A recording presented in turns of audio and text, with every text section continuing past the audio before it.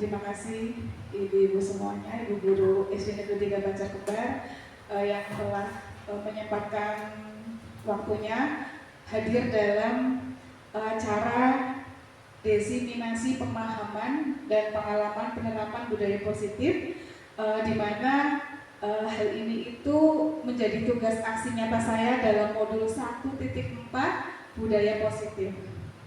Pertama-tama marilah kita panjatkan puji syukur kehadirat Allah Subhanahu wa taala atas segala limpahan rahmat serta karunia-Nya, kesehatan kepada kita semuanya, sehingga pada siang hari ini kita dapat berkumpul di ruangan ini ya. Salawat serta salam tercurah kepada junjungan Nabi besar Muhammad SAW yang kita nanti-nantikan syafaatnya di yaumul akhir. Allahumma amin. Ibu-ibu semuanya, ini saya hari ini langsung merapel ya, jadi pembawa acara dan pemateri. Baik, sebelum kita mulai acara pada siang hari ini, marilah kita berdoa terlebih dahulu ya, mudah-mudahan acara pada siang hari ini berjalan lancar. Ibu-ibu semuanya, mari kita buka pertemuan pada siang hari ini dengan membaca basmalah bersama-sama. Bismillahirrahmanirrahim.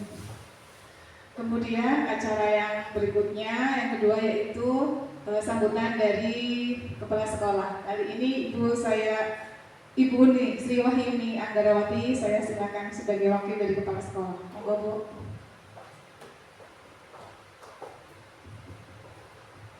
Terima kasih. Assalamualaikum warahmatullahi wabarakatuh. Ibu-ibu yang saya hormati, para guru SD 3 Banjar Kembar. Yang pertama, marilah kita panjatkan puji syukur sehingga pada hari ini kita bisa melaksanakan atau menghadiri atau mengikuti kegiatan yang akan dilaksanakan oleh Bu Andri dalam rangka kegiatan sebagai persyaratan dalam mengikuti guru penggerak ya. Kami mengucapkan selamat kepada Bu Andri yang pada hari ini akan melakukan aksi nyata modul 1.4 tentang budaya positif mengenai diseminasi pemahaman dan pengalaman penerapan budaya positif ya. Sekali lagi kami ucapkan selamat kepada Bu Andri. Semoga kegiatan pada hari ini berjalan lancar dan sukses. Terima kasih dan kalian tutup kata yang kurang berkenan dan mohon maaf. Wassalamualaikum warahmatullahi wabarakatuh.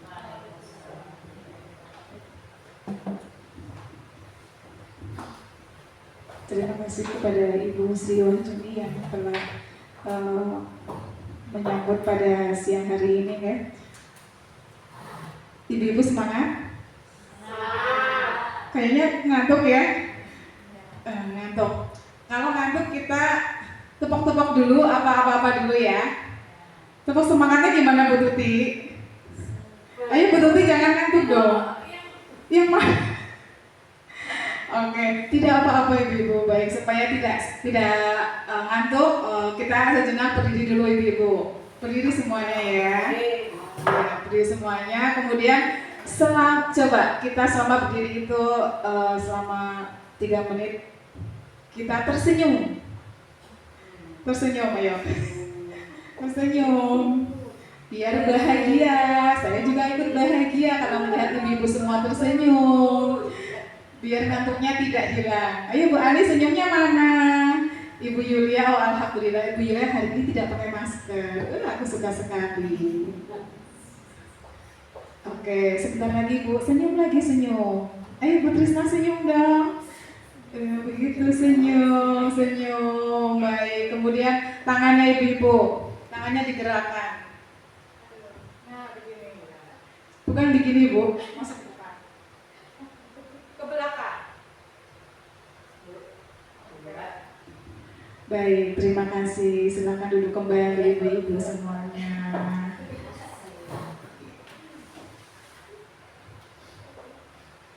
Baik, untuk kegiatan selanjutnya yaitu acara inti diseminasi pemahaman dan pengalaman penerapan budaya positif. Kali ini saya di sini akan menyampaikan pengetahuan apa yang telah saya dapatkan dalam pendidikan guru penggerak yang sedang saya laksanakan, Ibu-ibu. Nah, kali ini tugasnya yaitu tentang budaya positif yang ada di sekolah kita.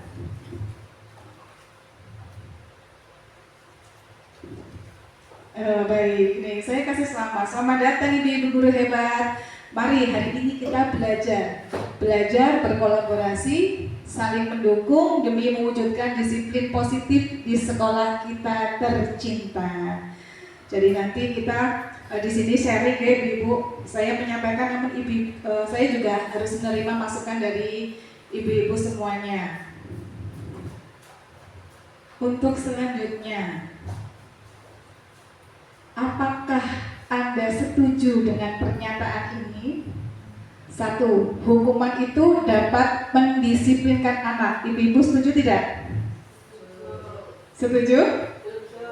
Oh, baik. Nomor 2. Pemberian hukuman dengan hal positif seperti membaca atau membersihkan halaman sekolah dapat meningkatkan disiplin anak. Apakah itu setuju juga? Setuju. Baik. Memberi penghargaan dapat meningkatkan motivasi belajar anak. Apakah setuju? Setuju ya. Oke, keempat, seorang guru harus bisa memberikan solusi untuk setiap siswa yang bermasalah. Setuju tidak? Setuju? Setuju. Oke. Kemudian yang terakhir, guru berperan sebagai teman bagi siswa. Apakah juga setuju? Setuju? Aduh, ini setuju semuanya ya. Oke, baik. Nah, setelah saya paparkan ini pertanyaan, nah marilah kita sekarang belajar apa sih yang namanya budaya positif. Ayo, budaya positif. Nah, di sini kali ini kita belajar tentang budaya positif dengan konsep inti. Konsep intinya itu ada 6. Yang pertama, disiplin positif dan nilai-nilai kebajikan universal, teori motivasi, hukuman dan penghargaan, serta restitusi, keyakinan kelas, kebutuhan dasar manusia dan dunia yang berkualitas, restitusi, posisi, 5 kontrol posisi, kemudian segitiga restitusi. Nah, yang pertama kita akan mempelajari dulu ini, pembelajaran dengan paradigma baru. Ibu-ibu semuanya, bahwa di dalam era sekarang ini kita sudah menggunakan kurikulum merdeka, okay? Kurikulum merdeka itu di mana pembelajarannya itu kita berpusat kepada murid. Nah, di sini pembelajaran dengan paradigma baru itu, pembelajaran dengan paradigma baru dirancang berdasarkan prinsip pembelajaran berdiferensiasi, sehingga setiap siswa belajar sesuai kebutuhan dari tahap perkembangan untuk mewujudkan belajar Pancasila. Jadi sekarang ini kita pembelajaran itu berdiferensiasi sesuai dengan kebutuhan peserta didik. Selain kebutuhan juga sesuai dengan kompetensi peserta didik. Jadi tidak bisa meratakan antara murid 1, 2, 3, dan 4-nya itu sama semuanya, itu tidak, Bu. Jadi semuanya kita sesuaikan dengan kompetensi yang anak-anak punya. Makanya itu di sekolah kita kan sudah ada ekskul ya Bu. Salah satunya adalah ekskul tari. Itu berarti anak-anak yang nanti bisa menari atau mempunyai bakat tari, nanti mereka berkumpul di situ untuk meningkatkan kompetensinya. Kemudian ada juga ekstrakurikuler lukis ya. Ya, lukis juga itu dimaksudkan juga untuk memfasilitasi peserta didik kita yang mempunyai bakat melukis, kita tingkatkan kompetensinya di situ. Itu tujuan daripada ekstrakurikuler. Dan salah satu juga dalam bentuk dari pembelajaran berdiferensiasi. Selain berdiferensiasi juga kita itu mewujudkan siswa untuk menjadi siswa yang berprofil pelajar Pancasila. Apa Ibu ada yang tahu dimensi profil pelajar Pancasila? Beriman, bertakwa, berkebinekaan global, gotong royong, berpikir kritis. Bagus sekali Bu Desi. Tepuk tangan buat Ibu Desi. Hore. Ya, itu adalah salah satu tujuannya Ibu. Jadi kita di sekolah sekarang ini yang mempunyai kurikulum yang merdeka itu kita diharapkan dapat membentuk peserta didik yang berprofil pelajar Pancasila.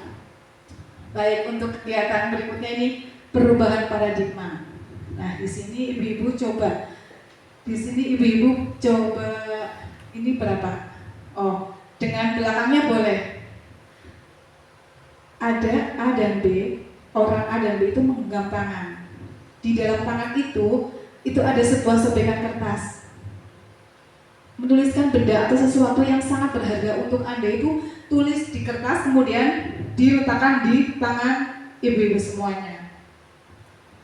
Kemudian temannya B itu mencoba dengan sekuat tenaga dengan berbagai cara untuk meminta agar memberikan benda tersebut dengan cara membujuk, mengancam, menghardik, merayu, menyuap, apa saja agar dapat membuka kepala tangan Anda. Coba Ibu Siwahyuni dengan Ibu Tuti coba mengepal tangannya, mengepal itu di dalam kepala Ibu Tuti itu ada cita-cita atau keinginan yang dipunya. Coba caranya membuka. Coba Bu Tuti membuka kepalanya Bu Uni, dibuka kepalanya, dibuka. Bu Uninya coba itu. Kalau diperlihatkan seperti berebut ya Bu. Sudah Bu, jangan diambil cincinnya Bu. Terima kasih. Ya, begitu Ibu. Jadi kepalanya Ibu ini tadi itu ada sebuah benda yang Ibu Uni, ya rahasia yang Ibu Uni itu sangat istimewa. Bu Tuti mencoba untuk membukanya. Nah, di sini menggambarkan bahwa kontrol untuk membuka tangan itu walaupun dengan sekuat tenaga, Bu Uni tetap mengepal lebih kencang. Karena apa? Sejatinya yang mengontrol diri kita itu adalah kita, bukan orang lain. Jadi walaupun orang lain itu sekuat tenaga buka, tapi yang menggenggam itu tidak mau membuka, tidak akan pernah terbuka. Di sini digambarkan bahwa posisi kontrol itu terletak pada diri kita masing-masing, bukan terletak pada orang lain. Seperti halnya kita kepada siswa kita itu kita tidak bisa mengontrol anak didik kita secara total Bu. Sebab mereka juga mempunyai mungkin cita-cita sendiri, rahasia sendiri atau apa yang mereka harus jaga. Ya. Baik, untuk selanjutnya. Bagaimana sampai sini Bu?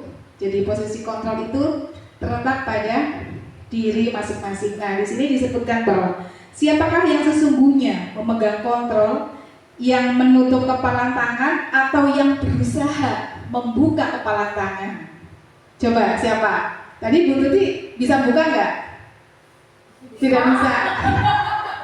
Tidak bisa ya? Itulah yang tadi saya jelaskan. Karena letak kontrol itu ada pada diri sendiri. Tidak ada satu orang pun yang bisa mengontrol diri kita kecuali diri kita sendiri. Itu bergantung pada diri kita masing-masing sesuai dengan kebutuhan dasar kita saat itu. Kemudian masih berhubungan dengan posisi kontrol, teori kontrol dari Dr. William Glasser. Beliau meluruskan beberapa miskonsepsi makna kontrol. Jadi banyak kontrol itu disalah persepsikan, salah oleh beberapa orang ya. Salah satunya yaitu ilusi guru mengontrol murid.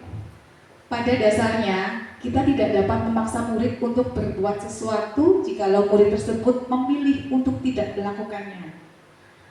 Walaupun tampaknya guru sedang mengontrol, perilaku murid. Hal demikian terjadi karena murid sedang mengizinkan dirinya dikontrol. Saat itu, bentuk kontrol guru menjadi kebutuhan dasar yang dipilih murid tersebut. Teori kontrol menyatakan bahwa semua perilaku memiliki tujuan, bahkan terhadap perilaku yang tidak disukai. Nah, dari sini jadi Bapak Ibu ketika sedang seolah-olah mengontrol siswa dan anak tersebut seolah-olah mengiyakan, padahal anak tersebut itu sebenarnya hanya sedang mengizinkan dirinya, sedang dikontrol saja. Untuk utamanya, tetap kontrol itu terdapat pada diri siswa. Apakah ada pernah merasakan seperti ini? Mengontrol murid, kita menuntut murid untuk A, B, C, sedangkan anak itu terlihat iya, padahal itu sebenarnya itu sedang tidak dia laksanakan. Mungkin anak tersebut perang batin di dalamnya. Wah, saya tidak mau kok, Bu Guru begini saja ya. Nah, itu miskonsepsi yang pertama. Dikira anak itu sedang dikontrol oleh kita, padahal anak tersebut mungkin di hatinya berontak. Kemudian miskonsepsi yang kedua, ilusi bahwa kritik dan membuat orang merasa bersalah dengan dapat menguatkan karakter. Penguatan positif atau bujukan adalah bentuk kontrol segala usaha untuk mempengaruhi murid agar mengulangi suatu perilaku tertentu. Adalah suatu usaha untuk mengontrol murid tersebut. Dalam jangka waktu tertentu, kemungkinan murid itu akan menyadarinya dan mencoba untuk menolak bujukan kita, atau bisa jadi murid tersebut menjadi tergantung pada pendapat sang guru untuk berusaha. Di sini pun sama, Bu. Jadi pokoknya anak itu kita masih tetap merasa bahwa anak itu dikontrol oleh kita, terkontrol, padahal anak itu dalam hatinya tetap meronta-ronta, menolak bujukannya kita semuanya, Bu. Kemudian miskonsepsi yang ketiga bahwa ilusi bahwa semua penguatan positif, efektif, dan bermanfaat. Nah, di sini menggunakan kritik dan rasa bersalah, Bu, untuk mengontrol murid. Kamu kok kurang begini ya, belajarnya kurang rajin ya, kamu kok masih kurang rapi ya tulisannya. Kita kan cenderungnya mengkritik ya, padahal masing-masing anak itu mempunyai potensinya dari dalam dirinya itu masing-masing. Betul tidak, Bu? Seperti saya masih seperti itu, kadang seperti itu. Makanya di sini dalam pendidikan guru penggerak itu, di sini ditanamkan ilmu seperti itu. Jadi sebenarnya kita sering melakukan, tapi kita lupa atau tidak sadar bahwa kita telah melakukan miskonsepsi terhadap kontrol yang kita lakukan terhadap anak. Ya, Bu Tuti pernah tidak? Oh, pernah ya. Berarti kalau pernah sama saya, seperti sama saya, Bu, tidak apa-apa. Nah, di sini itu mereka mengembangkan dialog diri dengan yang negatif di dalamnya. Kadang-kala sulit bagi guru untuk mengidentifikasi bahwa mereka itu sedang melakukan perilaku ini, karena seringkali guru cukup menggunakan suara halus, jadi menyampaikannya itu halus, lembut, tapi sebenarnya itu tidak pas, begitu ya. Kemudian miskonsepsi yang ketiga, ilusi bahwa orang dewasa memiliki hak untuk memaksa. Kita sebagai guru kan dianggap lebih dewasa dari anak-anak ya, Bu. Kita seolah-olah itu, kita punya hak untuk memaksa anak didik kita dong untuk seperti apa yang kita inginkan. Banyak orang dewasa yang dipercaya bahwa mereka memiliki tanggung jawab untuk membuat muridnya berbuat hal-hal tertentu. Apapun yang dilakukan dapat diterima selama ada sebuah kemajuan berdasarkan sebuah pengukuran kerja. Pada memaksa tidak akan efektif untuk jangka waktu panjang dan sebuah hubungan permusuhan akan terbentuk. Jadi kita tidak boleh memaksakan kepada peserta didik kita ya, Bu. Mulai hari ini karena saya sudah menyampaikan materi ini, belajar, sama-sama belajar dengan saya. Jadi apa yang kita lakukan bersama dari kemarin-kemarin itu ternyata masih kurang pas. Nah, dari miskonsepsi tadi, stimulus responnya terhadap pendekatan teori kontrol itu, bila kita ingin membuat kemajuan perlahan-lahan, sedikit-sedikit ubahlah sikap atau perilaku Anda. Namun bila kita ingin memperbaiki cara-cara utama kita, maka kita perlu mengubah kerangka acuan kita. Ubahlah bagaimana Anda melihat dunia bagaimana Anda berpikir tentang manusia. Ubahlah paradigma Anda, skema pemahaman dan penjelasan aspek-aspek tertentu tentang realitas. Jadi berubah itu tidak sekaligus kayak Ibu, sedikit demi sedikit tidak apa-apa, namun ada progres perubahannya. Dan perubahan itu mulai dari diri kita sendiri, Bu. Seperti saya mulai dari diri saya sendiri, saya saja belum bisa maksimal saya langsung menjadi coach bagi guru-guru semuanya. Namun alangkah baiknya jika itu perlu dilaksanakan tidak masalah. Jadi kita nanti belajar bersama. Nah ini perubahan paradigma stimulus respon. Jadi siapa sih yang sesungguhnya memiliki kontrol? Itu ada 2 tabel. Yang pertama stimulus respon dan teori kontrolnya. Kita mencoba mengubah orang agar berpandangan sama dengan kita. Bisa nggak, Bu? Nggak bisa kan? Kita mengontrol. Kemudian teori kontrolnya itu kita berusaha memahami pandangan orang lain tentang dunia. Itu yang posisi teori kontrolnya. Jadi kalau kita harus meminta orang lain memahami kita, sangat tidak bisa. Kita harus memandang orang lain itu berbeda-beda, tidak harus sama dengan kita, ya Bu. Yang kedua, perilaku buruk dilihat sebagai suatu kesalahan. Ya, kita melihatnya itu seperti itu. Padahal belum tentu, Bu. Semua perilaku pasti mempunyai tujuan. Jadi adapun sikap, misalnya dia kok tidak baik ya, anak A tidak baik. Mungkin dalam hatinya dia memiliki tujuan. Saya tidak baiknya karena seperti ini. Dalam hatinya pasti mempunyai tujuan bahwa apa yang saya lakukan, tindakan apa yang saya lakukan ini ada tujuannya. Mungkin tujuan dengan temannya atau tujuan dengan siapa, itu bisa seperti itu, Bu. Kemudian yang ketiga, orang lain bisa mengontrol saya. Apa betul? Orang lain bisa mengontrol Ibu semuanya? Tidak bisa. Hanya ada diri Anda yang bisa mengontrol diri Anda sendiri. Jadi semua sikap, semua perilaku, semua tindakan yang kita lakukan itu kita hanya bisa mengontrol diri kita sendiri. Kita tidak bisa dikontrol oleh orang lain. Namun sejatinya Ibu, kita harus memahami pandangan orang lain juga. Tidak hanya kita mengontrol diri kita, juga kita harus memahami pandangan orang lain terhadap kita. Kemudian yang keempat, pemaksaan ada pada saat bujukan gagal. Teori kontrolnya, kolaborasi dan konsensus menciptakan pilihan-pilihan baru. Kemudian model berpikir menang atau kalah. Teori kontrolnya itu menang, harus menang. Jadi di sini cenderung, kalau teori kontrol itu cenderung ke positive thinking, berpikir positif kayak Ibu. Kemudian selanjutnya yaitu disiplin.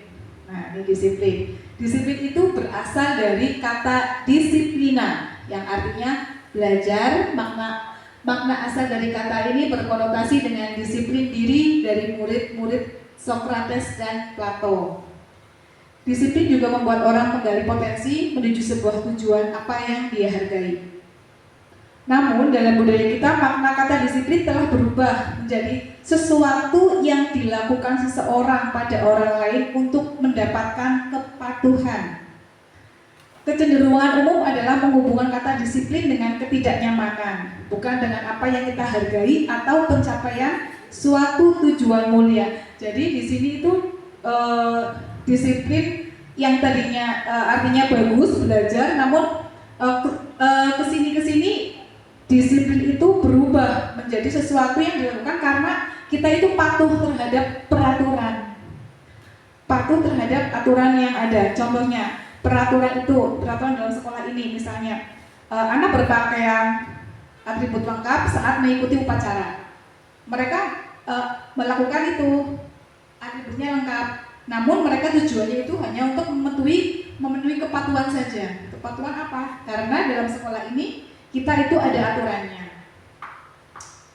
Seperti guru kita datangnya tidak boleh terlambat, datang tidak boleh terlambat. Itu adalah suatu tindakan namun untuk memenuhi kepatuhan, karena kita bekerja bekerja itu ada aturannya, begitu Bapak Ibu. Nah, karena hal ini disiplin dengan ketidaknyamanan. Anak-anak ada yang tidak suka pakai topi, tidak suka pakai dasi, karena ada aturannya, mereka harus seperti itu. Padahal kadang-kadang ada yang hilang, betul tidak Bu Siti? Ada yang hilang ya, cari-carinya Bu Siti, koperasi, beli topi, beli dasi. Itu kenapa? Karena dia takut akan melanggar aturan yang telah dibuat di sekolah. Jadi itu nanti rasanya tidak nyaman, anak itu pasti kadang-kadang tidak berangkat sekolah, tidak ikut upacara karena saya topinya hilang, bapaknya tidak punya uang untuk membeli, kan jadinya tidak nyaman, akhirnya tidak datang ke sekolah. Nah itu yang nantinya tidak akan mencapai tujuan yang mulia Bu. Nah ini, seseorang yang memiliki disiplin diri berarti mereka bisa bertanggung jawab terhadap apa yang dilakukannya, karena mereka mendasarkan tindakan mereka pada nilai-nilai kebajikan universal. Hal ini dinyatakan oleh Ki Hajar Dewantoro bahwa pertanggungjawaban atau Verantu Wers, ini saya tidak bisa membacanya, selalu menjadi sisihannya hak atau kewajiban dari seseorang yang pegang kekuasaan atau pimpinan dalam umumnya. Adapun artinya tidak lain ialah orang tadi harus mempertanggungjawabkan dirinya serta tertibnya laku diri dari segala hak dan kewajibannya. Keren banget ya Bu, disiplin itu merupakan tanggung jawab. Tanggung jawab yang harus kita laksanakan. Dan tanggung jawab disiplin ini termasuk nanti dalam nilai-nilai kebajikan. Nah ini nilai-nilai kebajikan universal. Nilai kebajikan adalah sifat positif manusia. Sifat positif manusia seperti tadi yang ada di teori kontrol. Semuanya tidak ada yang bersifat negatif namun bersifat positif. Merupakan tujuan mulia yang ingin dicapai setiap individu. Nilai tersebut bersifat universal dan lintas bahasa, suku bangsa, agama maupun latar belakang. Setiap perilaku perbuatan memiliki satu tujuan. Seperti tadi, kita tidak bisa mengontrol orang lain, kita tidak bisa mengontrol tindakan orang lain, mengatur tindakan orang lain. Sebab setiap perilaku itu pasti mempunyai tujuan. Apa yang dilakukan pasti ada maksud dan tujuannya. Ini yang disampaikan oleh Dr. William Glasser pada teori kontrol 1984. Kemudian dengan mengaitkan nilai-nilai kebajikan yang tadi diyakini, maka motivasi intrinsik akan terbangun sehingga menggerakkan motivasi diri dalam untuk mencapai tujuan mulia yang diinginkan. Jadi kita sangat penting Ibu menggali motivasi intrinsik, motivasi yang ada pada diri murid-murid kita, diri peserta didik kita. Dari disiplin tersebut nanti nilai kebajikannya itu ada ya. Kemudian kita yakini itu harus menggali motivasi yang ada pada diri peserta didik kita Bu. Secara mengalir, tidak langsung spontan, tapi mengalir sedikit demi sedikit. Karena sudah terbiasa, nanti lama-lama itu akan menjadi motivasi bagi dirinya. Namun jangan lupa kita selalu menggunakan kalimat-kalimat yang positif. Kalimat yang positif bukan kalimat yang negatif seperti ih kamu loh itu nggak pakai dasi sama topi ya, itu tidak benar ya, ini kan upacara. Tidak boleh seperti itu, tapi kita harus menggunakan kalimat yang positif. Itu topi sama dasi kamu lupa atau bagaimana? Apa di tas? Lupa Bu, tidak bawa. Oh, kenapa tidak bawa? Kita menanyai dulu, ada alasannya. Alasannya apa anak itu tidak membawa. Nah, kemudian tadi sudah disampaikan bahwa kita itu di sini menginginkan murid-murid kita untuk menjadi murid yang berprofil Pancasila, yang diantaranya tadi yang sudah disebutkan oleh Ibu Desi, ada beriman, bertakwa kepada Tuhan Yang Maha Esa, mandiri, bernalar kritis, berkebinekaan global, gotong royong, dan kreatif. Nah, kita lanjut di pelajaran yang kedua yaitu teori motivasi, hukuman, dan penghargaan restitusi. Nah, di sini Motivasi. Ibu-ibu pernah memotivasi siswanya? Pernah. Bu Ari pernah memotivasi apa?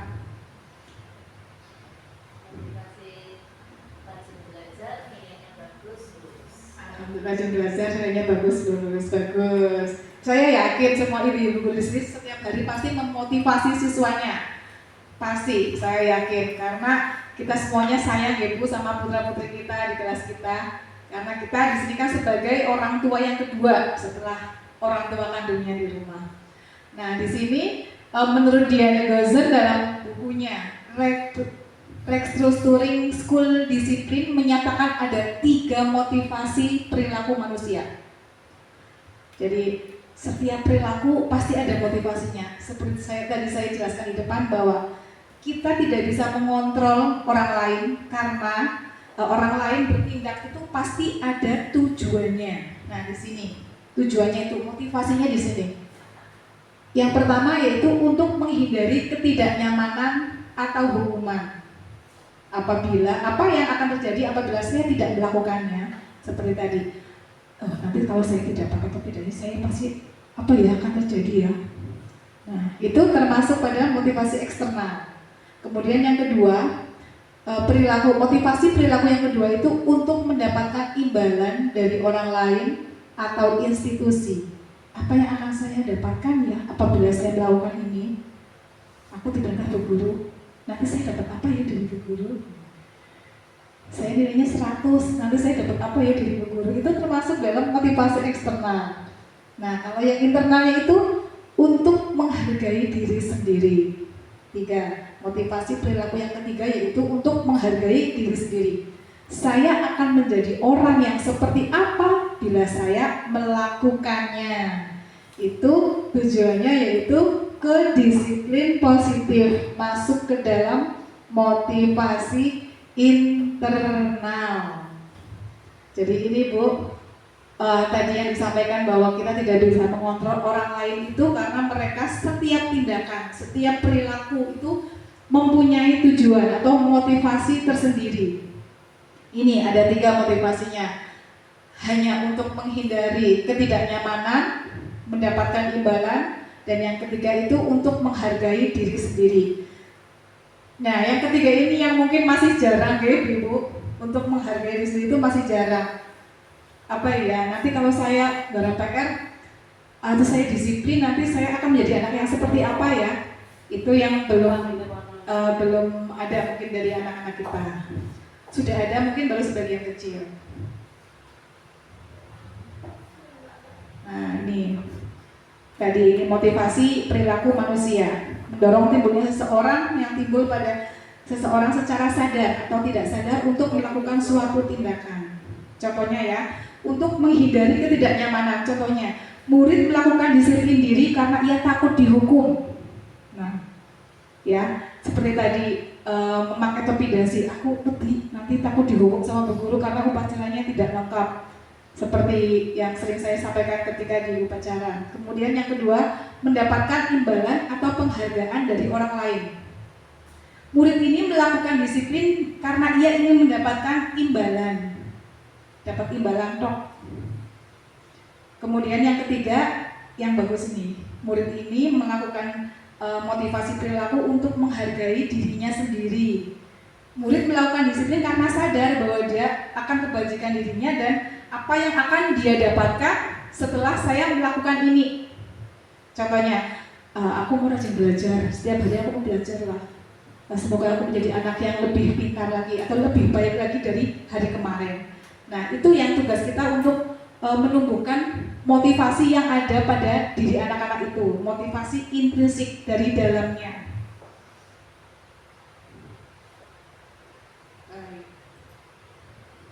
Nah ini, tadi kan sudah ada hukuman-hukuman. Sekarang kita bedakan antara hukuman, konsekuensi, dan restitusi. Dalam menjalankan peraturan ataupun keyakinan kelas, pasti ada suatu pelanggaran ya Bu. Ibu-ibu ada peraturan di dalam kelas? Ada ya? Semuanya patuh semuanya Bu? Tidak ya? Ada yang patuh, ada yang tidak. Nah itu pasti ada pelanggarannya Bu. Bu, seperti hanya di kelas saya pasti juga ada pelanggarannya, dan ternyata sesuai itu memang harus terjadi. Untuk itu kita perlu meninjau ulang tindakan atau penegakan kita terhadap sikap atau sifat perilaku anak didik kita yang telah melanggar aturan yang ada di kelas kita. Biasanya diapakan, Bu? Tidak mengerjakan PR misalnya, langsung peringatan, ada yang disuruh keluar. Oh, di perpustakaan, suruh baca buku lagi, Bu. Oh, ngarap, guys. Ya, tidak apa-apa, Bu.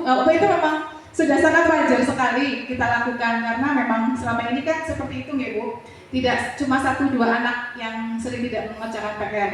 Pasti setiap harinya kalau ada PR, pasti ada saja yang tidak mengerjakan. Betul, Bu? Betul sekali. Nah, karena tadi ada yang tidak mengerjakan PR, ibu-ibu kan tadi sudah langsung suruh keluar, Bu, ke perpustakaan, Bu, mengerjakan di luar, atau besok mengerjakan 5 kali, gitu ya. Nah, itu betul, itu ternyata kita termasuk dalam pelanggaran hukuman, Bu. Itu masuk dalam, sebenarnya itu masuk dalam konsekuensi. Anak itu melanggar, tapi masuk dalam pelanggaran hukum konsekuensi, Bu. Nah, itu nanti kita perkenalkan dengan program disiplin positif yang dinamakan restitusi. Jadi untuk menangani anak-anak yang seperti itu nanti ada caranya dengan direstitusi. Nanti untuk selanjutnya, Bu. Nah, ini restitusi. Bukan restu ya, Bu, restitusi. Restitusi adalah proses menciptakan kondisi bagi murid untuk memperbaiki kesalahan mereka, sehingga mereka itu bisa kembali kepada kelompok mereka dengan karakter yang lebih kuat lagi. Ini pendapat dari dosen 2004. Restitusi juga merupakan proses kolaborasi yang mengajarkan murid untuk mencari solusi untuk masalahnya mereka sendiri dan membantu murid berpikir tentang orang seperti apa yang mereka inginkan dan bagaimana caranya mereka harus memperlakukan orang lain. Nah, dari tadi yang Ibu tidak mengerjakan PR, sana keluar ke perpustakaan, ngerjakan lagi. Bikin perjanjian. Iya, bagus. Itu kita ternyata kita harus restitusi, Bu. Kita nanti ada bikin keyakinan kelas dan kesepakatan kelas, Bu. Jadi nanti kita belajar lagi, Bu. Ini lanjut. Nah, ini, Bu. Ini ada identitas gagal dan identitas yang sukses. Hukuman dan disiplin, ya. Kalau hukuman tadi kita kan takut dengan peraturan, ya, Bu, takut dihukum, makanya kita harus memakai topi dasi lengkap. Misalnya itu contohnya seperti itu. Kalau konsekuensi ini adalah sebuah kesepakatan yang telah terjadi tapi dilanggar. Jadi itu harus ada konsekuensinya. Ya, karena kamu melanggar berarti kamu harus begini begitu, ya. Yang ketiga itu restitusi. Restitusi adalah pilihan.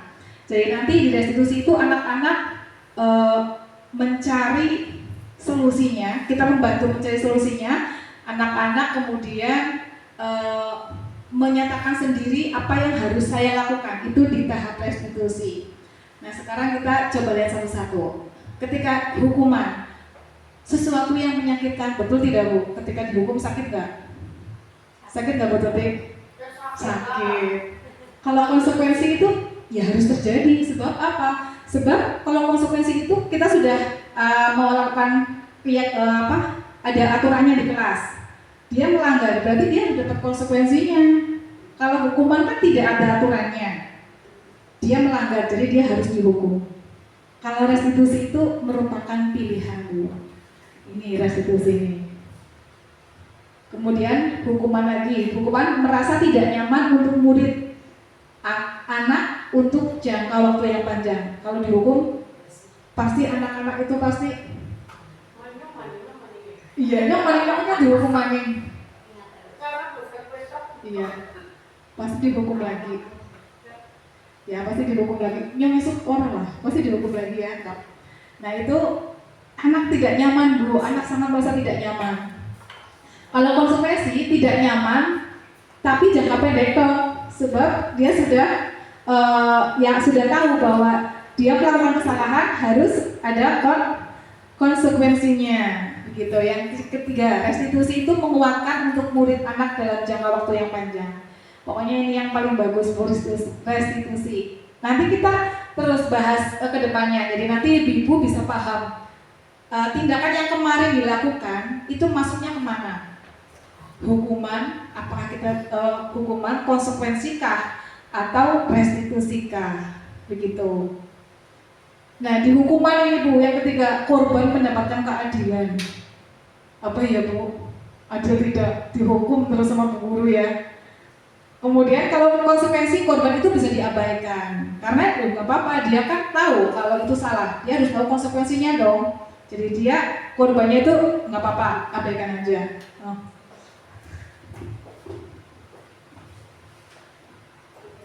Dari saya yang dapatnya.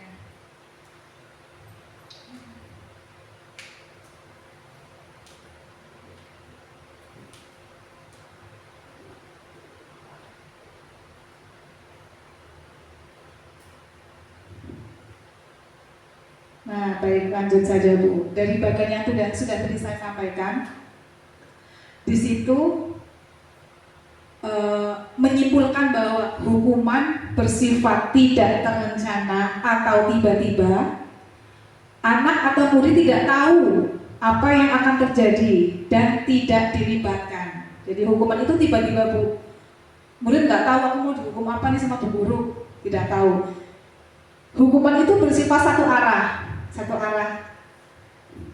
Hanya guru saja yang menghukum, tapi murid tidak bisa ngapa-ngapakan. Nah, kemudian murid hanya menerima tok hukuman tanpa melalui suatu kesepakatan atau pengarahan dari pihak guru, baik sebelum atau sesudahnya. Hukuman yang diberikan bisa berupa fisik maupun psikis murid. Anak disakiti oleh suatu perbuatan atau kata-kata.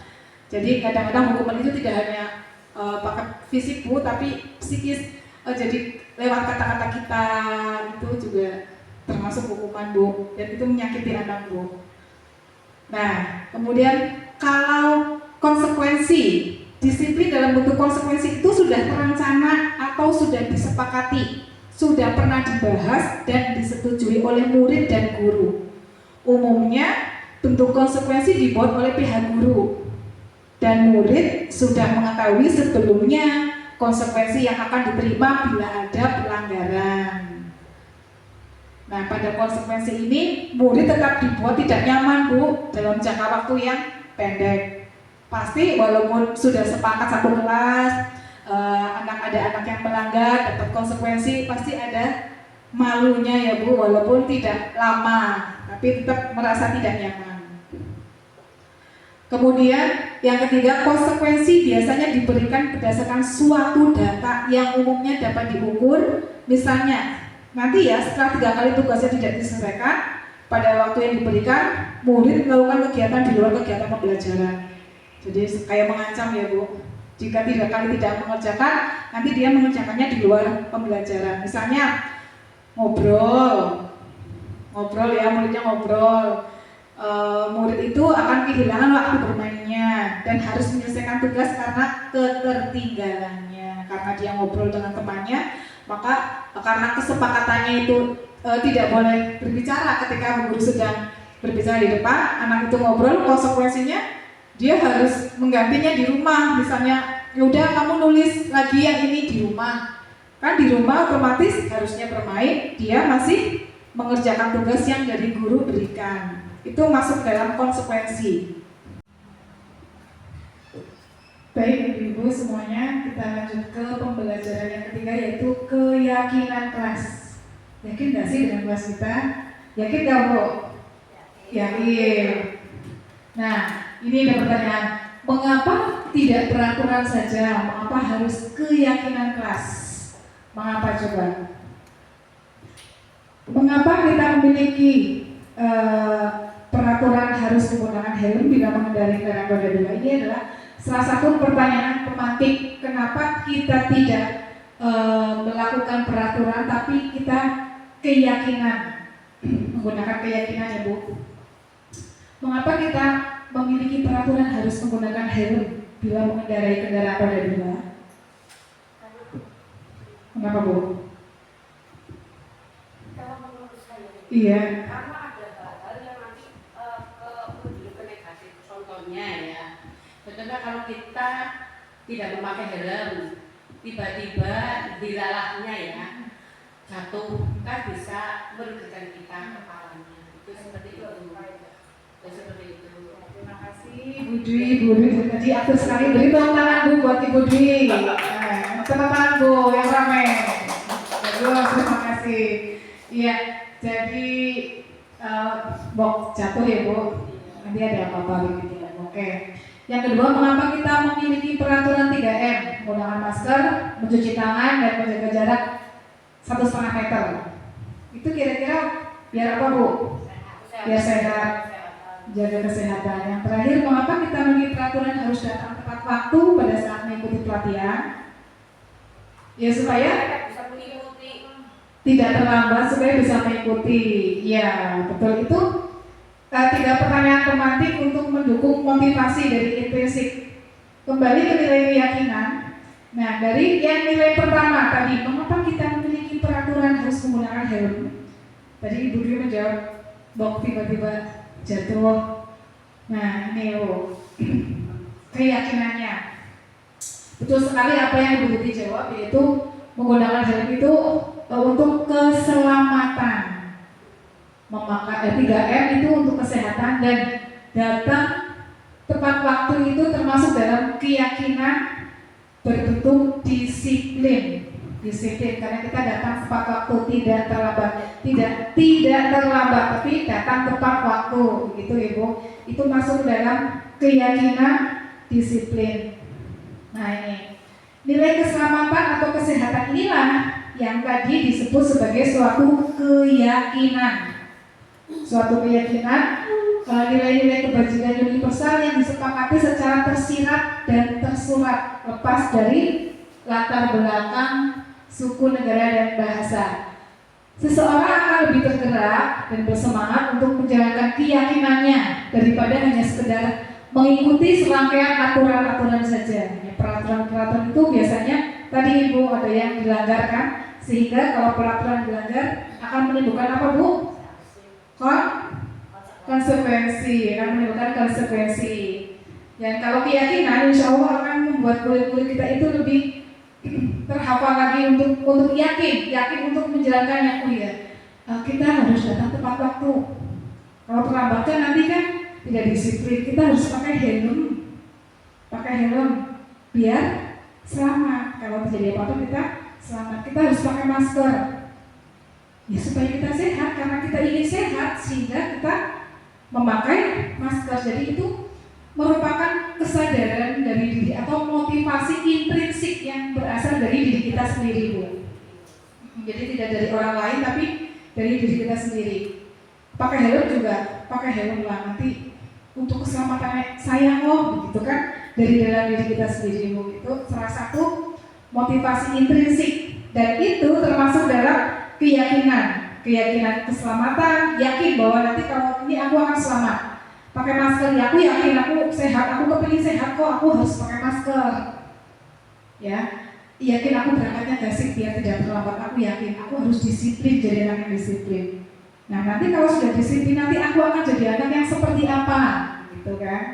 Itu rentengannya dari mulai tadi hukuman, konsekuensi, dan restitusi. Nah ini kegiatan membuat keyakinan keras. Nah keyakinan keras itu biasanya dibuat di awal tahun, di semester 1 atau semester 2. Kalau misalnya kemarin belum ya, nanti di tengah sudah nggak apa-apa Bu. Bikin keyakinan keras di kelasnya Ibu masing-masing. Ya, keyakinan keras itu berturun dari aturan. Ada aturan sekolah nih. Nanti kita turunkan menjadi nilai positif keyakinan keras. Nanti keyakinan keras itu kita buatnya itu bersama-sama Bu, dengan anak-anak harus berdiskusi. Tidak boleh kita yang menentukan. Kalau kita yang menentukan namanya itu aturan. Tapi keyakinan itu kita bentuk secara bersama-sama, berdiskusi dengan siswa. Di sini nih, berdiskusi dengan siswa tentang peraturan. Misalnya, di kelas ini harus disiplin waktu, mengerjakan piket kelas, tidak boleh datang terlambat. Ini masih negatif ya Bu. Nah kemudian yang kedua, merumuskan peraturan kelas menjadi keyakinan kelas. Jadi pertama, diskusi dulu dengan anak-anak. Ayo kita punya aturan di kelas kita, bagaimana ya kita buat. Nanti setelah dibuat, peraturan itu kita ubah menjadi keyakinan dengan menghilangkan kalimat-kalimat negatif seperti tidak, jangan itu dihilangkan. Nah ini jadinya mengerjakan tugas piket dengan tanggung jawab. Nah ini masuk, ini kan nilainya positif ya Bu. Kalau tadi kan hanya mengerjakan piket kelas tok. Nah ini mengerjakan tugas piket dengan tanggung jawab. Ini masuk dalam keyakinan kelas, tanggung jawab dan kebersihan. Karena kenapa masuk kebersihan? Karena dengan anak-anak piket itu nanti apa yang ada hasilnya apa? Yaitu ruangannya menjadi bersih. Kemudian dengan anak-anak melakukan piket itu jadi apa? Jadi bertanggung jawab atas tugas yang diberikan kan dari yang sudah disepakati oleh teman-teman semuanya. Kemudian yang ketiga, setelah dibuat keyakinan, udah ada aturannya, keyakinan ditulis di sebuah kertas, nanti ditempel di dinding supaya anak-anak selalu mengingat bahwa di kelas ini sudah mempunyai keyakinan kelas. Sehingga nanti ketika anak melakukan atau melanggar keyakinan itu, nanti anak-anak harus paham, oh ya aku melanggar ini, tidak disiplin, saya harus bagaimana? Coba kamu harus bagaimana kalau kamu tidak disiplin? Solusinya bagaimana? Kan kita sudah sepakat kalau kita itu harus datangnya tepat waktu gitu. Begitu ya Bu? Mudah-mudahan ini kelas mana yang sudah buat kelasnya Bu Dwi ya? Mau buat ya Bu? Iya nih. Ini Bu, peraturan kelas itu membuat peraturan kelas, membuat kelas itu dari peraturan dulu, kemudian dari peraturan nanti kita jadikan keyakinan kelas. Dari keyakinan kelas setelah terkondisikan, setelah berjalan, itu nanti lingkungannya akan menjadi lingkungan yang positif. Jika lingkungan sudah positif, maka akan tumbuh budaya positif di lingkungan kelas itu. Keren kan Bu? Kalau anak-anak sudah mempunyai mindset budaya positif itu pasti keren banget. Nah ini sudah dijelaskan tadi prosedur pembentukan keyakinan kelas itu satu, mempersiapkan murid-muridnya untuk berdiskusi, mencatat semua masukan dari siswa, kemudian menyusun keyakinan kelas sesuai prosedur, mengganti kalimat negatif menjadi positif. Contohnya, jangan berlari di kelas atau koridor, itu masih negatif. Positifnya berjalanlah di kelas atau koridor. Jadi tidak ada jangan lari-lari, tidak boleh itu, tidak boleh Bu, jangan dituliskan di keyakinan kelas. Kemudian tinjau kembali, tadi keyakinannya apa, ditinjau kembali. Kemudian setelah ditinjau kembali bersama-sama, kemudian disatukan, keyakinannya disatukan jadi satu, ditulis lagi. Kemudian terakhir ditempel di dinding seperti tadi itu, sudah biar anak-anak menghafal dan paham apa sih keyakinan yang sudah kita buat. Kemudian apa bedanya peraturan dan keyakinan kelas? Nih, kalau peraturan selalu kembalikan buku ke tempatnya. Keyakinan kelasnya itu kalau aturannya selalu mengembalikan buku ke tempatnya, berarti dia termasuk dalam keyakinan kelas tanggung jawab. Berarti dia bertanggung jawab kalau sudah ambil buku itu harus dikembalikan ke tempatnya. Dilarang mengganggu orang lain, menghormati orang lain. Hadir di sekolah 15 menit sebelum pembelajaran itu termasuk dia menghormati orang lain. Dilarang menggunakan narkoba, itu termasuk dalam kesehatan. Nah ini Bu, yang sudah kita nanti-nanti, yang saya butuhkan juga, kebutuhan dasar manusia dan dunia berkualitas. Nih, apa kabar Bu Desi? Baik. Nah ini ada belonging. Kebutuhan dasar manusia itu ada 5 Bu. 1, cinta kasih, rasa memiliki dan dimiliki. Seperti ya Bu, penguasaan, bahwa kita itu punya power. Ada freedom, kebebasan, kesenangan, dan bertahan hidup. Ini adalah 5 dasar kebutuhan dari manusia, kita sebagai manusia nih. Nah, yang pertama bertahan hidup. Tadi kita sudah makan siang ya Bu.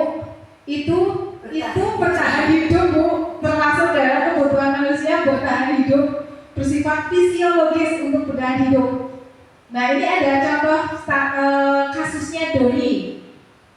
Jawaban Doni ditanya Ibu Ambar, ada, "Ya lapar Bu." "Kamu kenapa? Kok kamu minta makan kepada temannya?" "Saya lapar Bu." Nah, si Doni berarti dia itu mempunyai kebutuhan untuk bertahan hidup. Lapar Bu. Doni tidak membawa bekal, tapi ketika jam istirahat dia meminta-minta bekal temannya. Sebab yaitu karena dia lapar. Ada kebutuhan dasar yang harus dia penuhi, yaitu bertahan hidup. Yang kedua, kasih sayang dan rasa diterima Bu. Siapa yang butuh? Semuanya butuh ya Bu, rasa diterima itu butuh. Kebutuhan ini, kebutuhan berikutnya adalah kebutuhan psikologis.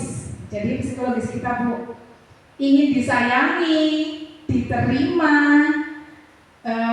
koneksi sosialnya juga bagus. Ini adalah termasuk dalam kebutuhan kasih sayang dan rasa yang ingin diterima. Kebutuhan ini juga meliputi pilihan untuk tetap terhubung dengan orang lain seperti teman, keluarga, pasangan hidup, teman kerja, binatang peliharaan juga Bu. Kita pasti ada sahabat di sini yang suka dengan binatang peliharaan. Itu termasuk dalam kebutuhan kasih sayang dan rasa ingin diterima Bu. Dan kelompok di mana kita tergabung. Nah, di sini contohnya tadi Doni itu menjawab alasannya mengambil bekal temannya itu karena dia rasa lapar. Dia merasa senang temannya jadi memperhatikan dia, kan dia lapar loh, ngambil punya temannya. Dia senang banget kalau dia itu diperhatikan, cari perhatian, ingin disayangi oleh teman-temannya, tapi dengan cara mengambil makan temannya. Dia itu senang sekali ternyata kalau mengambil makan temannya. Karena apa? Jadi teman-temannya itu melihat dia semuanya. Dia dari senternya, cari perhatian, betul sekali. Karena Doni itu pengen dapat kasih sayang Bu dan rasa diterima. Oke, selanjutnya kebutuhan dasar berikutnya yaitu penguasaan kebutuhan, pengakuan. Penguasaan yang tinggi biasanya selalu menjadi pemimpin, jadi biasa pengen jadi pemimpin yang bagus. Mereka juga rapi dan sistematik yang selalu ingin mencapai yang terbaik. Contohnya, Doni menjawab, Doni itu merasa hebat karena temannya jadi takut minta-minta makanan, minta sini, minta makanannya, minta. Senang banget, kan temannya jadi takut. Jadi Doni itu pengen jadi penguasa. Teman-temannya itu udah takut dengan dia. Kalau dia minta makannya pasti harus diberi. Selain kepengen dapat perhatian, bertahan hidup, dia juga kepengen kekuasaan dari dirinya sendiri. Dan kebebasan Bu, ini kebutuhan hidup yang keempat yaitu kebebasan. Kebebasan itu kemandirian, otonomi, memiliki pilihan dan mampu mengendalikan arah hidup seseorang. Di sini Doni merasa bosan, makanannya dari ibu itu aja Pak ya.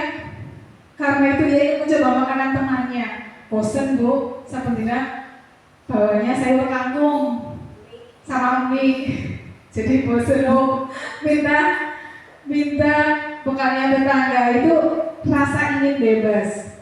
Kemudian kebutuhan yang terakhir itu adalah kebutuhan kesenangan. Kesenangan itu tidak hanya aku senang baju, aku senang apa, tidak, tapi kesenangan bermain, ada tertawa, aku bermain, nanti kan jadi bahagia. Aku main, aku jadi senang. Menikmati hidup tanpa harus selalu bersedih, menangis gitu. Kita butuh bergembira Bu, refreshing, betul. Nah itu kebutuhan. Nah di sini ada gambar anak sedang termenung apa ya Bu? Ya termenung. Kelihatannya senang apa sedih Bu? Sedih ya. Ibu guru bilang, aku tidak boleh bersenandung sewaktu mengerjakan tugas. Katanya kelas harus tenang, tidak ada suara. Padahal kan aku suka dan senang menyanyi. Kira-kira ini dia butuh apa? Kebebasan apa kesenangan? Senang atau kebebasan? Dia nggak boleh loh bersenandung, padahal dia suka sekali nyanyi. Kebebasan ya Bu. Kalau menurut saya kebebasan ini.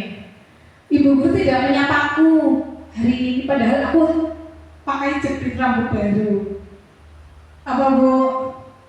Diperhatikan, perhatian. Aku bosen, masa belajar cuma gitu-gitu aja, cuma ibu guru aja. Ini apa Bu? Kebutuhan apa? Bu? Bosan. Dia bosan. Kemudian yang terakhir, aku sebel gambarku tidak rapi, malah bu guru dan juga ke teman-temanku di depan kelas. Apa Bu? Ayo apa nih? Kesenangan, kebebasan, penguasaan, kasih sayang dan rasa ingin diterima, atau bertahan hidup? Kasih sayang yang diterima. Aku sebel gambarku tidak rapi, malah bu guru Diterima. menunjukkan ke teman-temanku di depan kelas. Apa nih?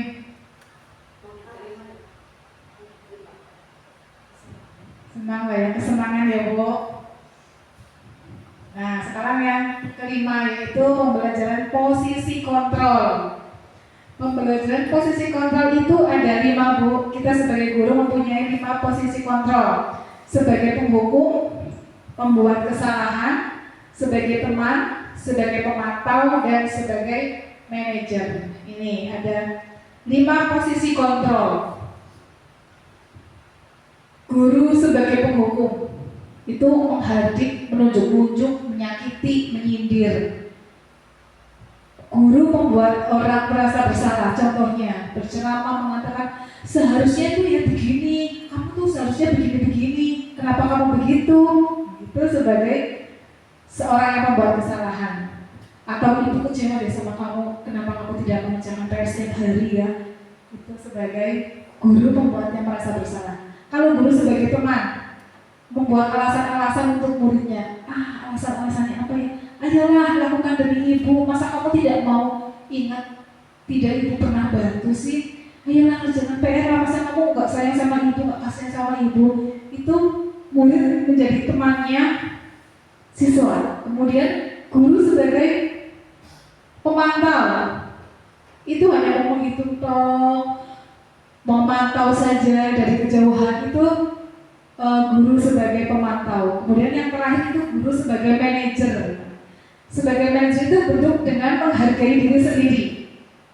Guru berbuat mengajukan pertanyaan-pertanyaan, apa yang kita yakini, menguatkan pribadinya, kemudian melakukan dirinya sebagai individu yang positif dalam dunia berkualitas, bagaimana cara yang bisa memperbaikinya, dan mengevaluasi diri bagaimana cara untuk memperbaikinya.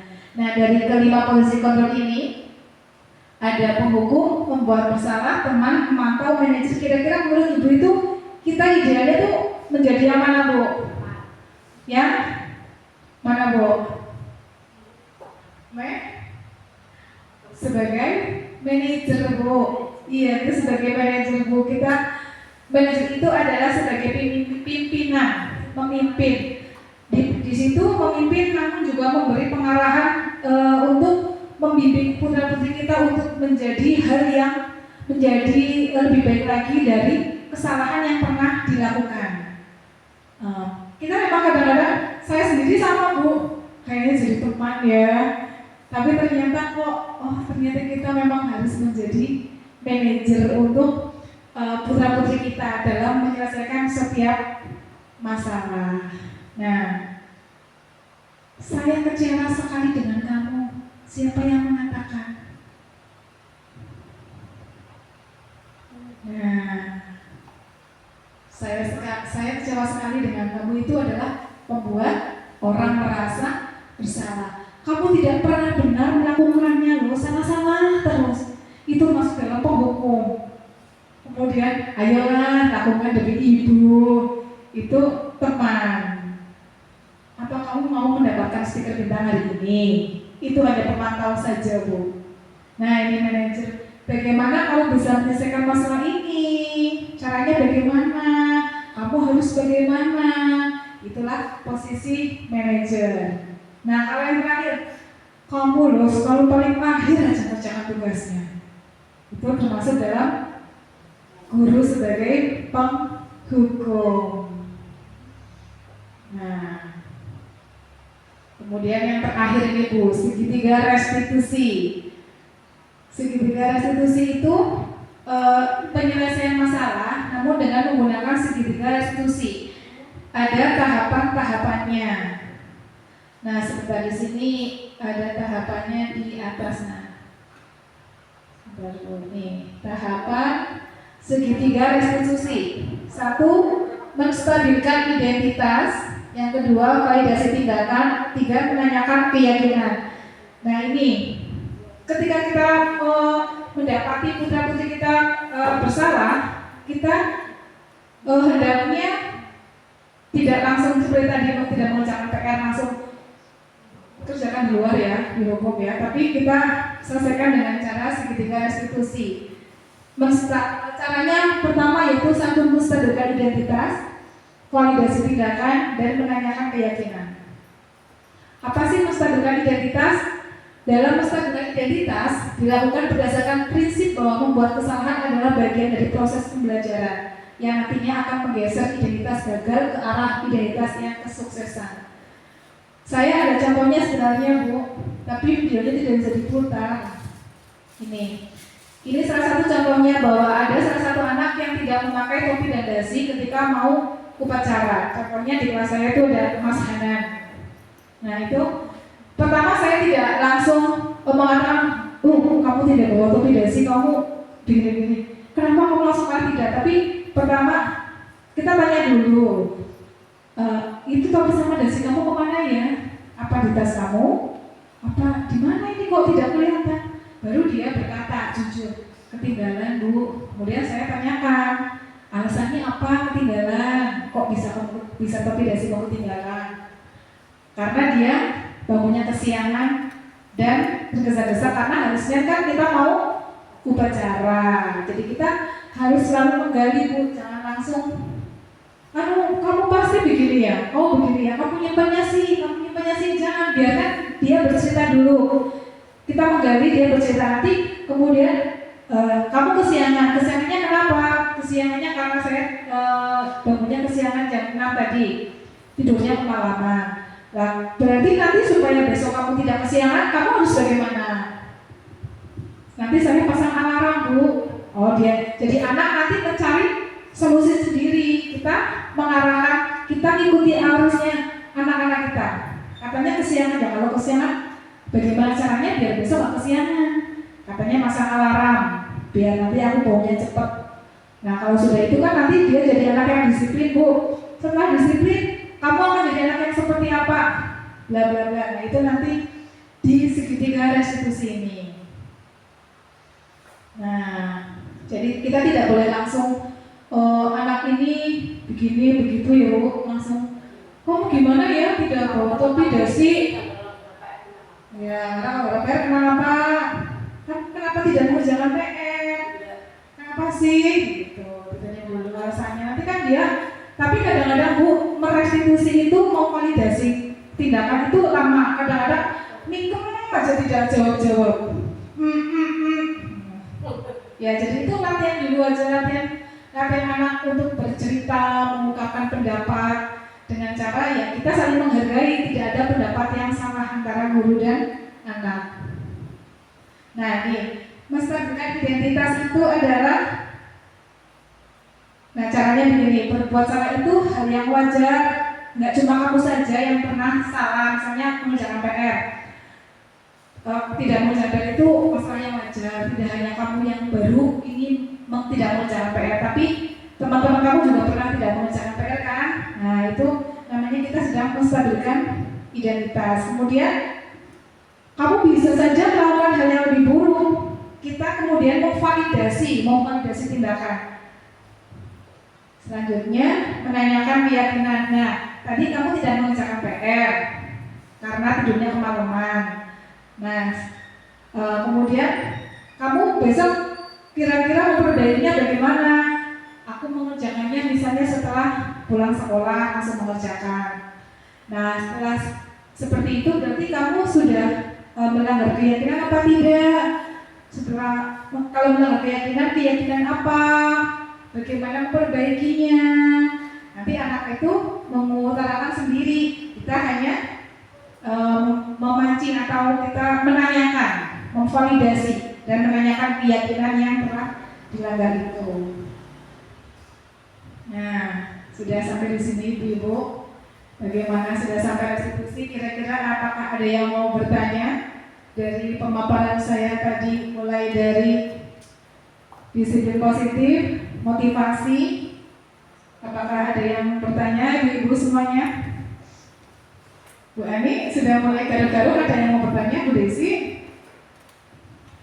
Iya, boleh.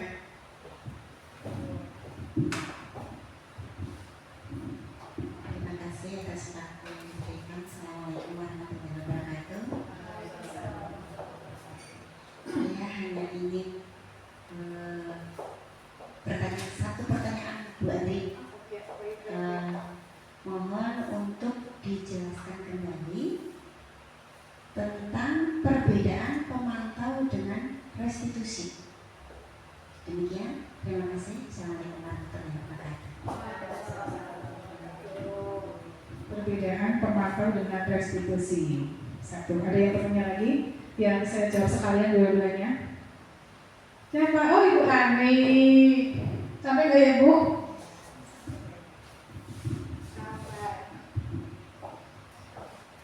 Assalamualaikum warahmatullahi wabarakatuh. Terima kasih atas waktu yang diberikan. Pertanyaan saya, apakah kesepakatan kelas itu sama dengan keyakinan kelas? Yang kedua, mohon untuk dijelaskan lagi, mungkin tadi saya lagi makan blenger apa ya.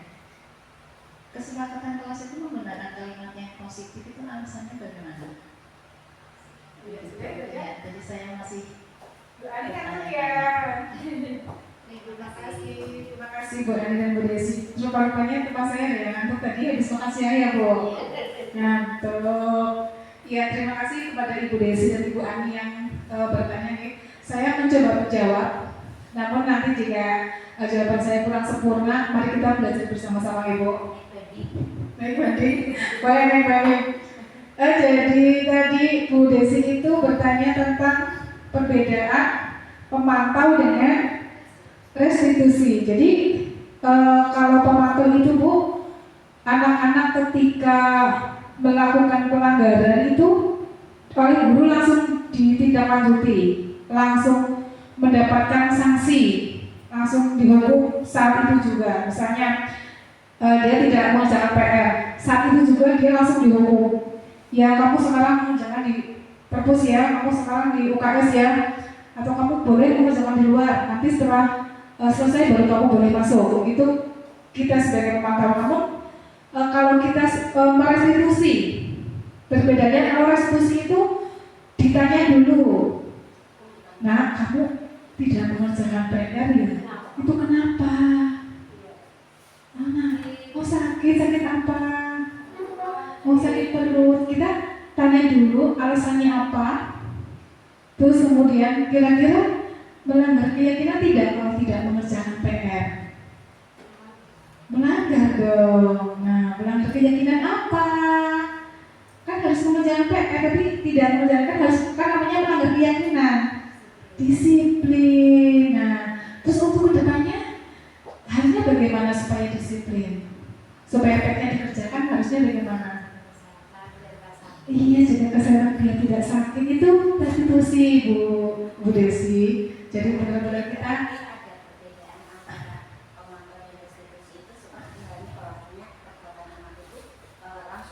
betul. Iya, betul sekali. Jadi kalau pemantau kita tidak mau tahu itu ada alasan apa tidak, pokoknya hukum. Iya, betul. Iya, kalau restitusi tidak nih, harus benar-benar digali dulu. Nanti setelah kamu begitu, nanti kira-kira kamu jadi anak yang bagaimana setelah disiplin, rajin itu jadi anak yang bagaimana. Nah nanti kan jadi anak itu tumbuh motivasi intrinsik dari dalam dirinya. Begitu, Bu Desi, bagaimana jawaban saya? Terima kasih. Itu Bu Desi. Yang kedua, pertanyaan dari Ibu Ani tadi apa ya, Bu? Unggahan kalimat positif. Ya, kenapa keyakinan itu, peraturan dan keyakinan itu beda ya, Bu? Kalau peraturan itu aturan yang dibuat, kalau keyakinan kayaknya itu dibuat secara bersama-sama. Jadi kalau peraturan itu hanya satu arah, saya yang membuat peraturan kelas atau sekolah yang membuat aturan sekolah itu begini-begini. Kalau keyakinan dari aturan itu kemudian kita bahas bersama dengan anak-anak, kira-kira apa ya kita buat keyakinan kelas seperti apa gitu. Nah kalau misalnya keyakinan itu harus menggunakan kalimat yang positif, ya memang begitu Bu, karena sejatinya kita di sini memang harus mengubah mindset kita menjadi hal yang berbudaya positif Bu. Jadi kesannya tidak apa-apa tidak boleh jika menggunakan kalimat yang negatif. Begitu Bu Ani? Sudah cukup? Cukup, alhamdulillah. Baik Ibu-ibu, terima kasih atas waktunya. Tadi saya sudah memaparkan dari mulai budaya positif sampai dengan segitiga restitusi.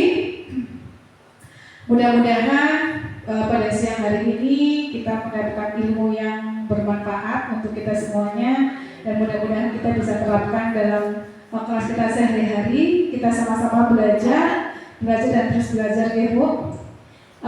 Terima kasih untuk ibu-ibu semuanya, terima kasih untuk wali kepala sekolah dan semuanya. Terima kasih atas kehadirannya, telah menyempatkan hadir pada acara desiminasi modul 1.4 saya dalam aksi nyata modul 1.4.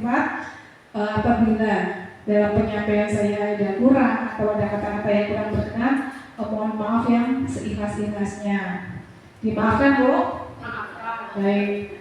Mari kita tutup pertemuan pada siang hari ini ibu semuanya. Saya betul sebagai pembawa acara ya. Baik, untuk pertemuan pada siang hari ini dengan membaca hamdalah bersama-sama. Alhamdulillah.